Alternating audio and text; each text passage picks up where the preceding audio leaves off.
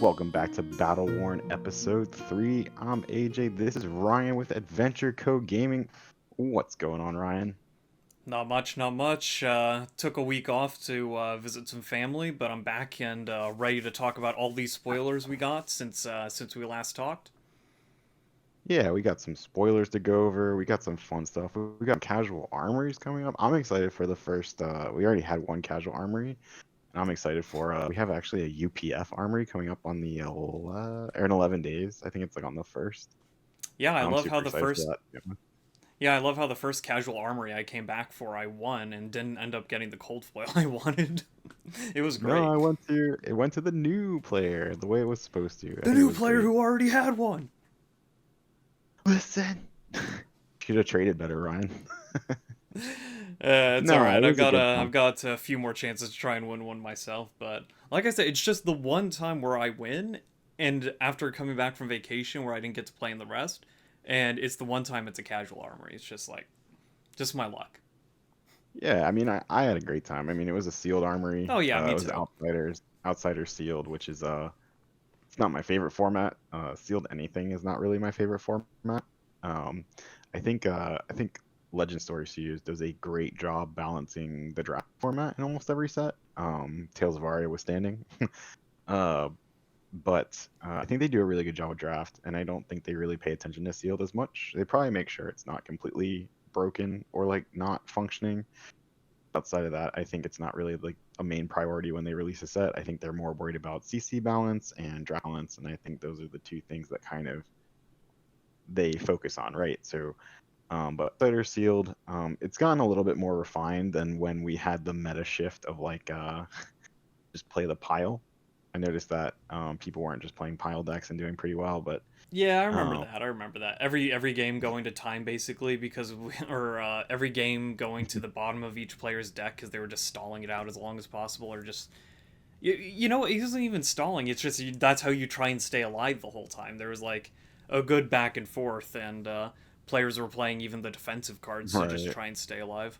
Yeah, so the last round is actually pretty funny. So Lewis and I were both just like, "Hey, do you even want to play uh this sealed format? Just want to play constructed, just, just for fun. We'll just whoever wins, whatever. Like we really just wanted more constructed practice, and yeah, we played a game of constructed. It was Lexi versus Azalea. Azalea has been my love this format. I think I really enjoy the deck. I'm playing the Death Dealer version, and for a while it looked like I was just clapping him up. It was like 30 to like 12, and then he clawed his way back, and then I finished it off. It was like 1-1, but it was really close. Yeah, it sounds like a good game to me. But Yeah, absolutely. that is a funny way to end the armory is just by saying, let's just play a different format altogether. Yeah, we weren't even playing the armory format. I mean, it's a casual armory, and we had a fun time, and we're both not new or anything. So, That's true. That's um, true. and I'll be completely honest, my sealed deck was not good, not good at all. I So, Yeah, I was gonna say at least for me, my sealed experience, when it comes to just sealed, I feel like I take like just a few seconds to at least think I figure out or think I figured out like which class is the best for me to go with this stuff, and I don't know if it's just because Assassin just has access to all the dual type cards and everything, but I feel like just Assassin usually just feels like the safe pick in this format. absolutely, absolutely. All right, so let's jump right into the news, right? And the news we have of the day is there's some freaking awesome spoilers that were brought to us by a couple different places. I mean, LSS I think spoiled a couple. I think the Armory kit spoiled a couple for July, and there's a calling or something. I don't remember where the calling is. It was the I'm bad. calling It's coming Birmingham. up. Birmingham. It might be Birmingham, but that calling the package came with some extended foils. So that we're going to talk about. All right, so we're going to start with the entire suite of Bannerets. Now, these come from two different places, at least the extended foils. One is from those calling packages. It gives you one of each, I believe, um, of the Bannerets. And then the other one is actually buy a box promos. Now, I don't know how the buy a box promos are being handed out. I don't know if it's like you get one per box or if you get a set per box. I would imagine it's one per box. So you're gonna have to buy a lot of boxes to get a full set of these. Now, luckily they don't cycle, but there are three of them in each of those sets. So there's three in the buy a box promos and three in the calling package. So Yeah, I was gonna say we're it's gonna the good start. thing about the Yeah, light cards is that usually some of these unique ones only keep to the yellow cycle. So kind of right. They're like very the on brand at yellow, right? yeah, kind of like the what's it called, the auras for illusionist. Yeah, I kind of like it because it makes me think of like the yellow at the top is like a halo. It's the way I look at it anyway. I don't know. It's very holy colors, yellow. No, yeah, it definitely matches the theme, and it definitely like goes with the kind of color scheme of the cards themselves. So if they're gonna pick a color, it's kind of like the best choice for it. Yeah. What color do you think? Real quick, just one quick little side note. What color do you think would best match dark? Are they going with like red, blue, or does it just not matter at that point? I don't think they're really doing it with it. I guess if I had to pick it, probably blue, but like maybe red for blood. But I don't think. Oh yeah, I think blood debt red. Yeah. yeah, I think yellow is more just. I think it just they gave it to light as like an identity kind of thing. Like it cares about light cards or yellow cards is like part of light's thing, and then the other thing being soul. So I think that's interesting. No, yeah, definitely. They definitely made it go well when it came to the design of the cards and even the art that's on the cards to go with it. So All right, so jumping right into it, we're going to jump into the Bannerets. Starting off with Banneret of Courage. Now, all of these have the same exact keyword, and that keyword is Soul Flare. And basically, Soul Flare is a keyword that says when this is charged into your hero's soul, do a thing, right? So they all have, it's kind of like a tribal thing where they all do the same, they all have the same trigger effect or the same like condition, and then their effects are different based on which one. So Banneret of Courage, we can't talk too much about these. Or also, I know I'm getting kind of sidetracked. I think most of these are all. So funny enough, the first three are all four cost, four damage, one cost attacks that block for three, and then the second three we're going to go over are all zero cost, uh, three damage attacks that block for three. First of all, and they all block for three, which is great. But anyway, so moving back, Banner of Courage, one cost, four damage, three block. Soul Flare says when this is charged into your hero soul, create a Courage token. Now, this is probably one of the coolest looking ones, but as of right now, we can't really talk about it too much. We don't know what a Courage token does. This hasn't been spoiled yet. I mean, it's the same thing that we first got introduced to the term when it came to Dorinthia's Unity card. So Yep. Yeah, so we need to know it's what a Courage it's token does, definitely but like, or actually, it's not even a definite thing, but maybe it's warrior themed. But it like the current Unity thing says, it sounds like it can be used by anyone in some sense of the word. I'm almost positive that it's going to have something to do with a weapon attack in some way. That is Uh, warrior related. Absolutely. And this art is awesome. So they all have a banneret in them, right? So that's kind of the point. They're all bannerets, Yeah, which I kind of like that tribal. But this has Bolton in it with like what's this sword called? Raiden. Raiden. And he's holding Raiden and that thing is gleaming. And I'm excited for it. I think this one's gonna be really cool. I have a feeling that they picked this art on purpose because for this one because I think a courage token is going to matter. I think it's going to be really good. Yeah. I mean, if you compare it to the next one, if you want to go over that one, the one that gives the Quicken token. Yeah, so Banner of Gallantry, same exact thing as far as one cost, four damage, three block. Soul Flare, when this is charged into your hero's soul, create a Quicken token. Yeah, if We it's know how gonna good be Quicken anything token is on in par War, with a Quicken token, like that's good. That's like really good already. especially like if we're talking about Bolton, right? Because the only charge we have is in Bolton right now.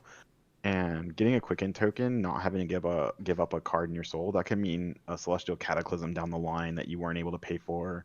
That can mean because like instead of having to use Bolton's ability to give it go again, it's just your next attack has go again. So things like that where I think keeping cards in your soul, I feel like in this set we're gonna get more payoffs to soul in general. It's kind of one of the things I wanted was that there's not really generic light payoffs to soul outside of Celestial Cataclysm. Yeah, but you do know that also means more payoff to Soul Harvest. That's fine. I'll take it, baby. You know, I had a Bolton player who took it during one of my Road to Nats matches, and he didn't like taking 17 damage for that, It was it ripping was his soul combo out. Bolton too, right? Combo Bolton too, right? So he had like all those It cards was in his combo full or something. Bolton. After I chains of Eminenced him for 2 turns on Lumina Ascension. Hilarious, dude. That's wild, That bro. was nasty. That was nasty. All right, so then we have Banneret of Protection. And this is the last of the 1-cost 4 damage attacks. Blocks for 3. Says when this is charged into your host soul, create a Spellbane Aegis token. We've already seen this off of the RTN winning promo Jubil Spellblade. And I think this is gonna be a sideboard card, but I think it's one that's important, right? Because Bolton can't really afford to pitch to like Arcane Barrier. I think he's already very card hungry when it comes to soul. And so and charging and putting cards in your soul and all that. So I think this will help you in the race just a little bit. Um, Also, like if you're playing Jubil, which I don't know if you ever will in Bolton, but if you are, which you might have to, um, if you can like get one, it'll be difficult, right? But like if you end your turn and you get a Spellbane Aegis, and then somehow like because we know you're gonna be able to charge on your opponent's turn because of one of the cards coming out, maybe you charge this on your opponent's turn, and now you have 2 Spellbane, or you have 2 Aegis tokens. Can So you that's have like a more little than bit one? more action. You can have more than one, but Oh, but Jubil says Jubil won't make more than one. Okay. Jubil will only give you one if you don't control one. So, but this card doesn't have that restriction. It just makes one no matter what. Right, right. So, I think that's really interesting because I think like I said, we know we're gonna be able to charge on your opponent's turn, and this is called Banneret of Protection. The guy's holding up a giant freaking shield.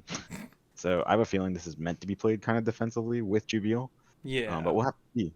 Um, And I mean, there's in other cases, like when you just look at the math of it, even if you're not going in full with Jubil, like let's say you're playing up against like Rune Blades, reducing that damage during a race, for example, over time, even if like the fact that you get the value from it from charging it, so you're getting its full offensive value as well for your soul. Like there's no, it's basically a, I guess you could say it's got like a 6 value on a yellow or a 5 value on a yellow. So unless your deck space is really tight with whatever new cards we get for light heroes in the set, I don't see why you wouldn't play this, at least against Runeblade and Wizard. right. Meanwhile, like Vynnset can just again, we talked about it last time, but Vynnset can just like delete it. The one time, yeah, yeah. Well, if you have two, even she just goes Oh, right through them. actually, But we'll get actually, into her a little later, but I will say this: Spellbane Aegis is the token is a May, so you don't have to give it up. Like you just won't use it. I'm oh, okay, that's a good distinction compared to pretty sure it's a May. it doesn't have ward on it, so yeah, spell void, I think it is. Yeah, I think it's actually exactly. Uh, yeah, it's Spell Void 1, so that's how you know because Spell Void is your choice. Yeah, spell void. So that's actually really good still. Um, Yeah, you get to, and you can actually like Stack it's a funny couple. enough. Yeah, I was gonna say because it's a choice, then you can like I don't know Save it if for like Kano's killing combo and then just be right, like, like if you're like, oh, Kano's hitting me for like 3 or whatever, or this is like a build up turn for him. I don't have to like waste it on this like 2 damage spell or something. Yeah, yeah, like you can save it for the Aether Wildfire. yeah, yeah, it's Okay. pretty good. So now we're gonna move on to the 0-cost Bannerets. So again, all these are gonna be 0-cost, attack for 3, defend for 3. The first one is Banneret of Resilience, and this is the one where it kind of gives us the clue as far as like charging on your opponent's turn because it says Soul Flare. When this is charged into your hero's soul, the next action card you defend with this turn gets +1 defense. And currently, with the current card pool, this card does absolutely nothing. Yep, nothing Because you charges can only during your charge opponent's turn. Even the what soul shield, that's not charging going into your soul. That no. just goes into your soul. In order for it to be charging, the card that's putting it into your soul has to specifically say charging. Yeah, So yeah, this doesn't, or that card doesn't. And I think it's pretty clear and obvious that either there's going to be some piece of equipment or defensive card or D-React that's going to charge on your opponent's turn. And this card is going to be one of those things you want to charge if you have to defend like a really big attack. So interesting enough, if this is a uh, if it's a D-React that charges on your opponent's turn, that's not going to be great with this card except for very specific circumstances because well, one, that's already really expensive. Yeah. Two, in terms of like the D-React, then the charge card, and then you have to defend with another card like after the fact Yeah. because it says an action card gets +1. Mhm. So then they have to attack you again, and then you have to block again to get +1 defense.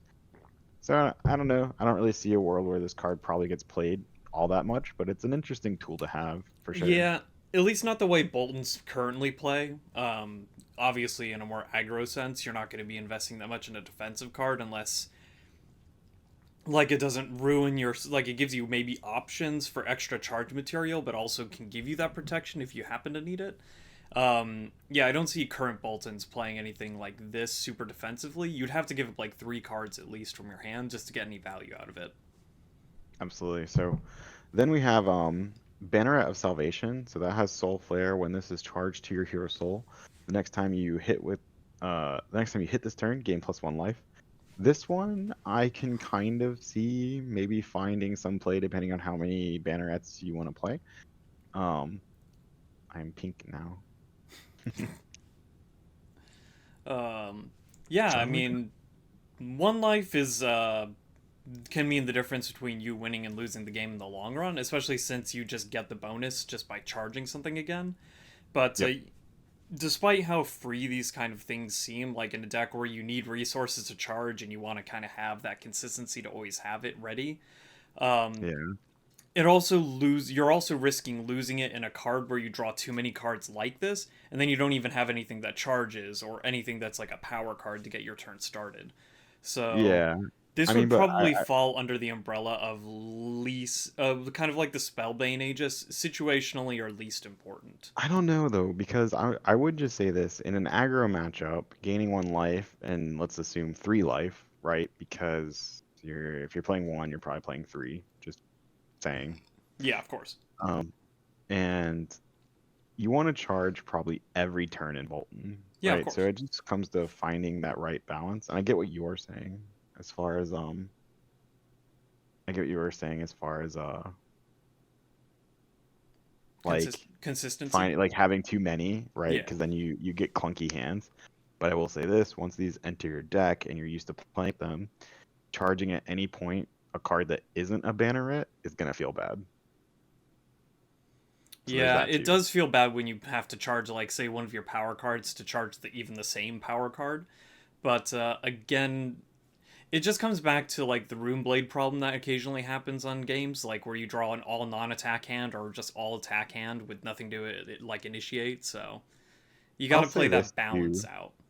I'll say this too though. Like I mean, if you play something like a take flight, right, and you charge a banneret or you charge anything, Yeah.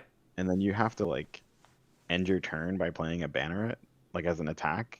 I don't think that's like the end of the world. You're not like super happy about it, but No, like no, no. It's definitely not the end of the world, but you want to make sure you still have a proper amount of like combo starters more than just all these charge agreed, materials. agreed. Yeah. All right, Especially and then we so have at least what I would say is that my two first choices would be the first one with the courage and quicken tokens, and then the we next one haven't we're even gotten about. to the last one. Well, I was about to say, and the last one we're about to talk about. All right, so Banneret of Vigor.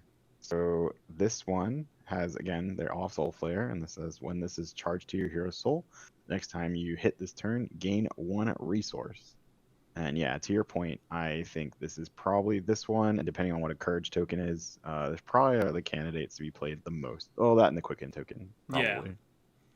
but I mean, gaining a resource is the difference between you being able to pull off a valiant thrust at the end of like via the Vanguard Ugh, combo, gross. um, or heck, if you charge two of these, you'd just be able to stack multiple resources for something like, I don't know, throw out Oh a yeah, command and conquer for 8 damage from via the Vanguard's bonus damage at the end or something. I don't know. yeah. Via the Vanguard does. You can charge as much as you want. Mm-hmm. So that's And great. Get a it also, Vanguard stomp go up. yeah, and its damage bonus transfers to anything. So at the end of a combo, so like I said, something like a Command and Conquer, or something else wild, whatever. But all Yeah, that bonus damage. agreed. All right, so we're gonna move on from these bannerets. I think they're pretty cool. They all look great. Oh The yeah, art in the set that we've seen already from playmats and cards has been fucking phenomenal, to be completely honest. yeah, especially the Uh, so Angels. No surprise there. so moving on to some Prism cards, some Light Illusionist instance. Who'd have thought we would have seen this? This was spoiled by the latest armor kit. So this is Angelic Wrath. Angelic Wrath does cycle, so it's a red, yellow, and a blue. It is a zero cost Light Illusionist instant. And the red version says target attack action card with Herald in its name gets +4, and it goes down from there. So yellow is 3 and blue is 2. And I will just say this: I did not expect Heralds to get a lightning press for 4, uh, especially when we're talking about like Erudition. Yeah, that part, that one card is going to be really powerful with this, but we have to look at the past. Like, even though this is more of reaction speed than like non-attack action speed, but prisms, or at least illusionists in the past, haven't worried too much about buffing their like heralds or phantasm cards. They I think usually it's just try and different play them now. with the go again, of course. But I just think it's way different now because of the way the new Luminar Celestial Fury works. yeah, I just think we're not with that same game plan, right? They are very much like pushing that we're playing Heralds, right? And we're attacking with Heralds as opposed to like aura spam. yeah, Like, put it this way, when I was playing Prism, like towards the end of her life in CC, I think the only Heralds you played were like the cycle of War Tunes, some yellow protections, eruditions, and like something else I'm not remembering. It wasn't very much. It wasn't like the days of old where it was like red protection, red Herald of Triumph, like all these big just coming at you heralds. But I think we're going back to those days, right? Because I think they're really pushing it. And what I will say is I think making this card an instant, even though that makes it not be able to block because instants don't block in this game, uh, it makes it really good, right? If it was a reaction, it'd be kind of really iffy because if it was a reaction and they found a way to like break your herald after the fact, like either with a lightning press of their own or something along those lines, uh, this card would be like. I mean, I guess you still have to. Actually, I don't know what I'm talking about. You I still was have to gonna do say, like I a think they could reaction. still react to it with the No, same speed. I'm getting like Luminaris's effect, like because you can give it Yeah, go again in the hit window basically, and when it hits the hit trigger, um, you can give it go again before it goes in soul. So that's like after we could break it. But yeah, so this is basically a reaction. So I guess maybe making it an instant made it just not be able to block, yeah. which is probably fair. I mean, No, and I mean, it like, also yeah. I was just gonna say it's also I don't know what implication this has, but it's not one-sided. So I don't know if like you're playing UPF and there's another illusionist there, you can like help them kill someone That would be funny. That would be funny. because Um, it doesn't feel like that you control or anything. So I will say that this card is definitely nasty in Erudition, especially when they think they can just defend with like armor and one card to stop the on hit. But for everything else, you're just trying to threaten to get that extra push for an on hit if they're blocking normally the damage and not breaking it with Phantasm. Obviously, breaking with Phantasm is just breaking with Phantasm. You could you save know it what for card I later or think use it as pitch at that point. is actually going to like donks up. It's a common, so I don't think it's going to do anything, and it's very specific. But with heralds being so important and not have and having phantasm and having them hit is really important with Prism's ability. I think blinding beam might actually like matter again. Let's go. Let's go back to a classic, a classic. What's it called? I guess draft card. You know, draft and sealed card. It's mostly only a draft card, but blinding beam is actually pretty nuts. Like it's not great, but I mean there's certain times where you like just expect to like be able to pop something and you're just like, no. Yeah, So no, I don't know. especially We'll when you see. want to make these heralds hit. But I think Yeah, and I one of think the things that they tried to incentivize was effects that rewarded you for some reason when the heralds got broken. So I think that going back in this direction is another kind of like you said, how they want the heralds to actually be played for I don't know damage. about rewarding you. You're talking about like merciful retribution and stuff like that. Miraging Metamorph. Yeah, but I mean, Miraging Metamorph is like a very specific card that's like you can just block it normally, and you don't like Unless you're a it's just Brute or like Guardian. and again like Miraging Metamorph, it's like a very specific card now, right? Because you can't give it like it doesn't have go again. You can't even give it go again because Luminaris like is very specific in what it gives go again. Yeah. So like I mean it has to like end your turn, which doesn't feel as good. Like depending on like if it's just the only card in your hand, Oh yeah, because of usually course, it of plays in course. blocks a lot. So I don't know.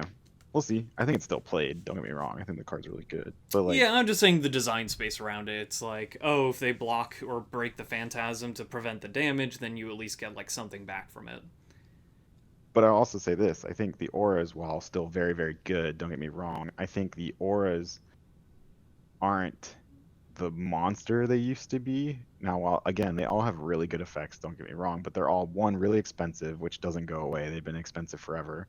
Like the blue ones cost an action point, which, as we know, is going to be hard to come by. New Prism, at least it seems that way. Yeah. And then the yellow auras cost 4, and they're instants which don't block. And again, they no longer become Kadachi. Like 1/1/1/1/1. Yeah. Um, so I think it's like more of an investment with less of a return. But the return is still good. It's like going from like 200% return to like 120% return. It's still a really good return, but not as Yeah. good as it used to be. No, yeah, and that's what I'm saying. Like, just kind of all around coming back to where we started with the new card itself. I think it's kind of cool that they're giving kind of like a reaction specific thing in case they do try to normal block it. Yeah. Just to give you like that extra value. It's the same value as like a Ravenous Rabble or something that can't block basically. Ravenous Rabble red, yellow, blue. In terms of like its damage output, but letting giving those heralds like an extra out to get their on hits triggers or try and get them into soul. I mean, this is just a really early prediction since we haven't seen any of the new heralds themselves, but vestige of soul might be something that comes back because we have all these more like additional opportunities to even get into the soul on your turn. Absolutely. No, I think that's a really good point. I think I'm just excited for what's to come. We've seen like some pretty cool like playmat art from like the callings that are coming up, and I like I how we get just all the spoilers and the artwork alone, but just have to guess what it does at that point. dude, the playmat for July is just peak artwork. Oh, Did it have a name with everyone. it or nah? Oh, I don't know. Let me Hmm. see. I don't think it did. Let me go to July. I think I have to go to. You can cut this part, I guess, but just me looking for it. July armory kit. Let's see. Uh, Angelic Wrath, Evil's Champion. Oh, it does have it. It's Aegis Archangel of Protection. Oh, it's Herald of Protection. Oh, it's so raw. Oh, so It's that's so Angel of raw. Protection. Yeah, her name's Aegis, like a shield. That's pretty. Does it look? I mean, just off the top of your head, does it look like the Herald of Protection in any way or no? It does because in a way, so there's like it's not the same. Like all the heralds look almost like very video game boss. Like Final Fantasy does this a lot, where like the boss of one of the bosses will have like a holy connotation to them sometimes. Yeah. And that's kind of what all the heralds remind me of, is like those like holy boss. Like I could imagine like walking up to it and like, oh, I have to fight it. Like very Shadowbringers, which is a funny name, but like all the bosses in Shadowbringers are like light themed. Like you're killing the light side of things this time. Anyway, point Yeah, is, yeah. I see where you're getting at with that. yeah. So that's kind of what the heralds remind me of. But there's like what I've noticed is there's like callings to what the Herald looks like. So in this one, her arms are folded, kind of like Herald protections, like holding Solana in the Mm-hmm. art. I think that's Solana. And then her wings are like very big and around her, like as opposed like how they are in the Herald protection art as well. Yeah. The big difference is she's holding a sword now, but it's like it's just freaking peak art. Like if you could like show this to me and like say like if I didn't know this was a Flesh and Blood card like I do now, and you just told me like this is like a piece of fantasy artwork that some like was hanging up somewhere in some museum, I'd be like, If yeah, you put that's it up awesome. in a cathedral, he would think it's one of the angels as prophesized from the Bible. Not even joking, bro. I think I would. I think this thing is awesome. I Yeah, am yeah, I agree. freaking The bad. greatest And defense is a good offense now. then on top of that, I think we got Prism's adult art as well. The new Prism in the poster that was shown off as well. So wow. Like it's not I actually think Prism Advent of Thrones looks way more insane, but I'll have to see the full art before I really make a judgment. I think this new Prism artwork is very good as well. And of course, you get the stained glass mat, and then you get 4 cold foil Luminaris Celestial Furies, which I'll be working on getting one of those as well as all the skirmish Genesis promos and cold foil prisms from pre-release that I have to try to get. Yeah, It's tough out here I'll for a be prism happy enough fan. with just getting the dark side of things at this point, and I'll work with you to get the light side of things at this point. Oh, dude, Well, that's where it is, bro. That's where we get each other and just feed each other what we want. yeah. Yeah. But I wonder if stained glass will be a new form of like Marvel rarity. That could be. I mean, we haven't seen anything like that. That seems Well, like kind not of like a yet, but I'm saying like how the codex pages were kind of like styled the way they are. oh, like the Marvel. Yes, yes, yes, yes. No, that'd be Yeah, really cool. I yeah. don't think we haven't seen the Marvels yet, have we? We got a stained glass mat at least. No, but like like in the we're kind of going on a tangent here, but in the Outsiders product announcement, they showed I think a codex. Yeah, when they first revealed Codex of Frailty, they showed the Marvel rarity. How young and naive we were about that card. Just how strong it was. It's so good. It is. It is. Now that I've been playing Azalea with Codex of Frailty, now sometimes it's a little awkward in your hand, but Oh, sure. a lot of times it's just so freaking good. It is. It feels nice to nice to play as the end of your attack or to play into your last attack for the turn. Oh, we do know one of the Marvels. It clicked as soon as I clicked the. Oh yeah, one of the angels, the other side of it. It's Belena. Yeah. Yeah, it's not stained glass. I Not think that card specifically. Just stained glass is a rarity for some cards in the set. There could be. it'd There be could cool. be. It could be. That would be neat. That would be neat. Maybe even if it's just the Fabled, they do like a regular Fabled and then they do like stained glass cold foil. That'd be cool. I just noticed that Belena has the majestic symbol on her angel side. I don't know if I'm trying to remember if the dragons had it on the dragon side. The Marvel rarity symbol? Well, both. Because I wonder if that's the Or I'm front or sorry, the the back. majestic rarity symbol. Yeah, they did. On the back as well. Yeah. Like fairly certain. I mean, you could look at Probably any right. you Thank could you. look at any rarity of the dragons and it'll show the Yeah, symbol. I just pulled it up. I looked up Dracona Optima. He does have the Marvel symbol. I was just curious, maybe if like it was a big bait and switch that this is actually the front side of the card. Yeah. I don't know what that would mean, but it's just something that came to mind. So, eh. All right. So getting back on point, we were talking about the Armory Kit promo, but we still haven't talked about probably the last and biggest spoiler that's happened since our last podcast is the ability reveals of the heroes, right? I guess maybe we haven't talked about it yet, but We haven't, not on the podcast let's anyway. let's start with the one that we know mostly what it does, right? So Vynnset. So Vynnset is the Shadow Runeblade hero, young, 4 intellect, 20 health. she reads, at the start of your turn, banish a card from your hand. If you do, create a rune chant token. And whenever you play a shadow non-attack action card, you may pay 1 life. If you do, the next rune chant effect that would deal damage this turn can't be prevented. You tell me how you feel about Vynnset, Ryan.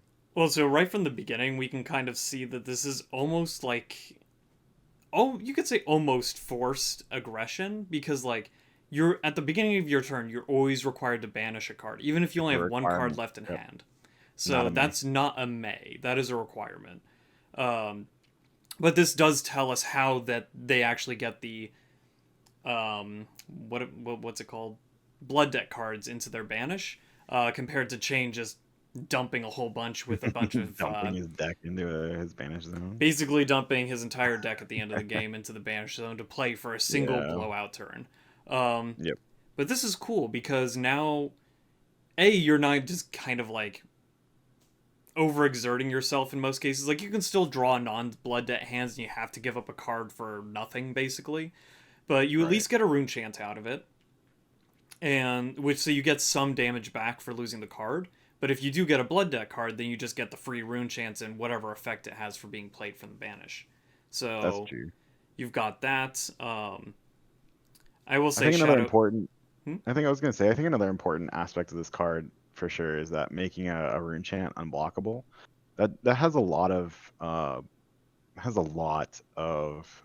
what do you say, like like not complications, repercussions, basically, like consequences of that. So one of the Consequences biggest of ones, right? actions. Yeah. So one of the biggest things is that if you're ever playing against Prism, Prism has to go pretty much not rely on shields at all because you're gonna just rip through them, right? Anytime you create a non-attack action, Yep. replay non-attack action, it's gonna just shred them. Uh, and that's pretty crazy. And Yeah. she makes a rune chant like every turn, most turns probably. So yeah. We also know that she cares about rune gating.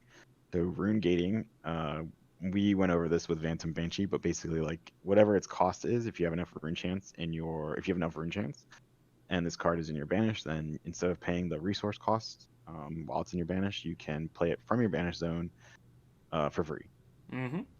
So So uh, what I want to say is kind of interesting about that is that not just the shields, but the angels too against Vynnset are almost like they all have ward. useless. So, well, I won't say useless. You get Uh, one turn for them. no, but like, do you remember that it costs a life, right? So like, Yes, it does. so like, I don't know. I guess like straight up, like she's gonna win that race, like life for life, because Prism starts at 16 and can't prevent the rune chant. But I just think there's other parts to it, right? So I think giving up a life every turn, if Prism's able to even like sort of push damage through, I mean, we've already seen she's gonna be super aggressive, and we don't know how many pops that Vincent's gonna be able to fit in her deck basically with this ability. Like we don't want to clog our deck. We need go agains probably, but she doesn't have go again on her kit like Chain did. So Yeah, I will say it's gonna that be it's a interesting. choice. That part's the choice. So you don't have to just keep dumping it if it's not going to gain you any actual value. But it does make the playing the blood deck cards or building your deck with blood deck cards in mind a little more interesting because you don't have to go. I okay, so I wasn't a chain player towards the end of his life, so I don't know what the balance of non-blood debt versus blood debt cards were exactly. But I do know that that was a heavy consideration based on what the late game would look like when you're basically banishing like all of your deck. But you don't have to play that kind of like hard into one or the other. You can actually kind of just put in like the interesting or important blood deck cards, you could say, and just play Yeah. with those in your deck. And finally, the last thing we're going to talk about is going to be Prism Advent of Thrones. Uh, we don't really know a whole lot of what this card does, to be honest, because we got another keyword or card type. I'll just go over it. So, Prism Advent of Thrones is a 4 intellect, 16 life young light illusionist hero. She reads, whenever a card with Herald in its name is put into Prism's Soul during an action phase, you may search your deck for a figment, put it into the arena, then shuffle. And once per turn instant, pay 2, banish a card from Prism Soul, awaken target figment you control. So most people think that the figments are going to be the front of the angel. The only thing I hope is that if that's the case, I hope the Figment itself does something. It's like a not so great passive, if it just has Ward 1 or 2 or something, just hopefully something, as opposed to just being like a rock that's nothing until You you mean flip it just like over for dust? 2. Well, no, the thing is, like, I think Dust, 1, doesn't take up space in your Oh, that's right. It deck, doesn't take up right? deck space, so. And 2, it manifests itself very quickly in the way that the deck is built, right? Yeah. If you're playing like the big dragon build, I think once you have like 1 or 2 Dust, you don't really care like about Dust. It's usually pretty free at that point to get Dust, the way the deck just works. Yeah. So yeah, I think it's interesting. I know this card has led to Soul Food spiking in price, at least the first edition foils, because her hero ability does not read when it hits or anything. It just says when it's put into your soul via or during an action phase. So yeah. I don't know So why I fun came little up with the interaction. crazy idea of like some wild guess on what figments might be. So you know how there were the sands that you can play in your deck, the dune, the dust you could play in your deck for very specific like dragons. Yep. What if the figments have some sort of effect where it's like this is how you can summon an angel, but it has like a trade-off effect or something compared to them having like it I takes just away think it's ward on kind of them, like but it also takes away whatever like other ability is on them and just makes them like an ally. I just think having a trade-off is like annoying because they're already like, all right, so let's say they It's don't have go searchable though, again. so It's searchable but conditionally, like, right? Like, and then like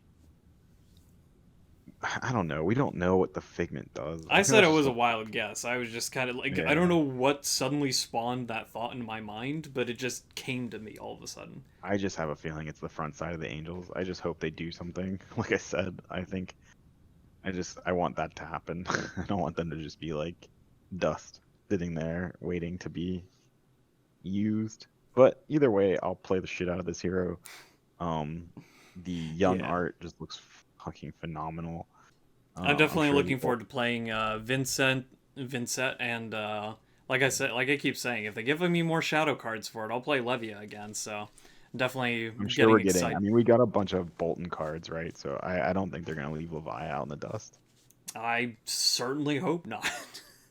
But no, I'm excited to try the new heroes from this set, of course.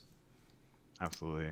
And I think that's it for us tonight. I think this was a good little return back. We got some good cards. I think next week we'll probably won't have too many cards to talk about as far as Dust Till Dawn because official spoiler season starts the 30th, which will be the weekend, the next episode after that. So not this coming Thursday, but Thursday after.